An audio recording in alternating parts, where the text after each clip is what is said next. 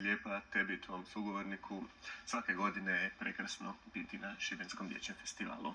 A filmska družina učenika iz osnovne škole Marije Jurić Zagorke iz Zagreba, odnosno udruga ZAG, ovog je svibnja proslavila svoj veliki 20. rođendan. Priču donosi naša Lucija Žeger. U osnovnoj školi Marije Jurić Zagorke u Zagrebačkoj Dubravi skupina đaka stvara velike stvari. Oni su zaigrani, aktivni i gromoglasni osmaši. ZAG postoji već 20 godina, od školske godine 2002. 2003. Moja kolegica Nataša Jakop i ja, nakon pohađanja škole medijske kulture u radionici Petra Krelje, osnovali smo filmsku družinu ZAG.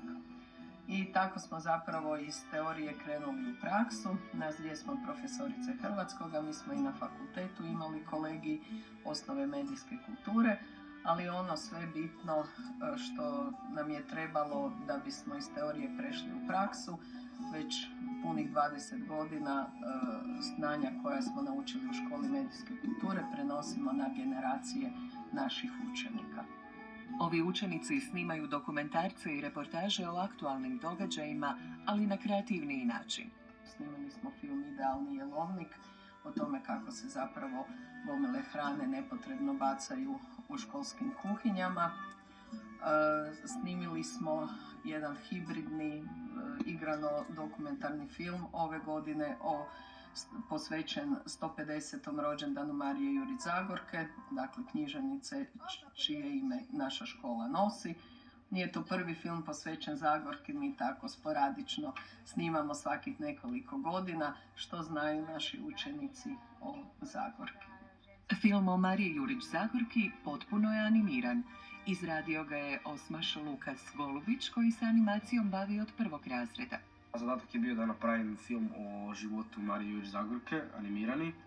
Napravio sam ga sam, trebalo je prilike 4 dana.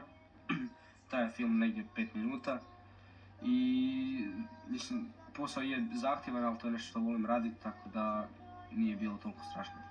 Za snimateljski je dio pak zaslužan Filip, majstor kamere i montaže. Krenuo sam u sve to u 5. razredu kad sam snimio zadatak za lektiru kao video najavu za jednu knjigu i tad me profesorica primila u filmsku družinu i nastavio sam snimati neke zadatke i u školi neke događaje. Onda sam snimio jedan film koji je pobijedio na natječaju i to mi je zapravo bila motivacija da nastavim dalje snimati, uređivati videe. Leda i Jane više vole biti ispred kamere ili mikrofona. Okušali su se već i u vođenju emisije na Hrvatskom radiju. Ja sam u ZAG-u od 6. razreda, dakle u 6. razredu sam se uključio i krenuo s profesoricom snimat. Pa radim sve kad treba uskočiti profesorica, ali nekako najviše se bavim snimanjem, odnosno iza kamere sam i onda snimam, ali znam uskočiti ulogu novinara, pa onda intervjuiram, držim mikrofon, šta god treba raditi, gdje god treba uskočiti, tu pomognem i napravim što treba. Od 5. razreda sam u radijskoj družini škole, isto se zove ZAG, i to smo snimili do sad 4 emisije. Pa tu ne znam, tu zapravo smo nekako se podijelili smo te nekakve zadatke, svi radimo sve, smišljamo pitanja, intervjuiramo goste, sugovornike i to. A uz to sam, odnosno preko te radijske družine sam došao i do HRT-a i onda na HRT-u vodim emisiju u Trendingu. Ja sam se također radijskoj družini pridružila u 5. razredu. Svih 4 radijskih emisija koje sam snimila sa Janom. A u filmskoj družini sam od 6. razreda i tamo smo isto snimili dosta filmova i dosta TV reportaža.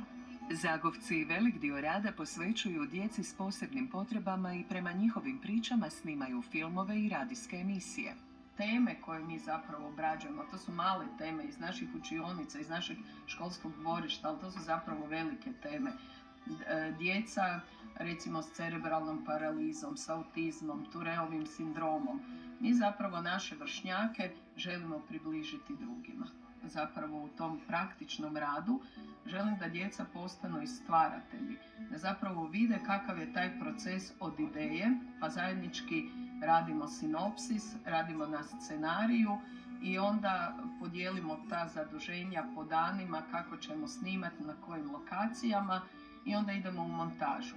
U montaži je često puta jako veselo, s tehnikom najčešće koja nas zna iznenaditi, a i onda vidimo što nismo snimili, a trebali smo.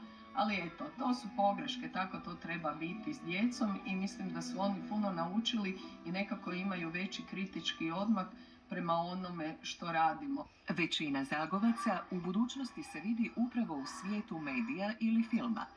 Hvala Meliti na trudu svih ovih 20 godina, a zaigranima, aktivnima i gromoglasnima želimo mnogo sreće i nove radne pobjede.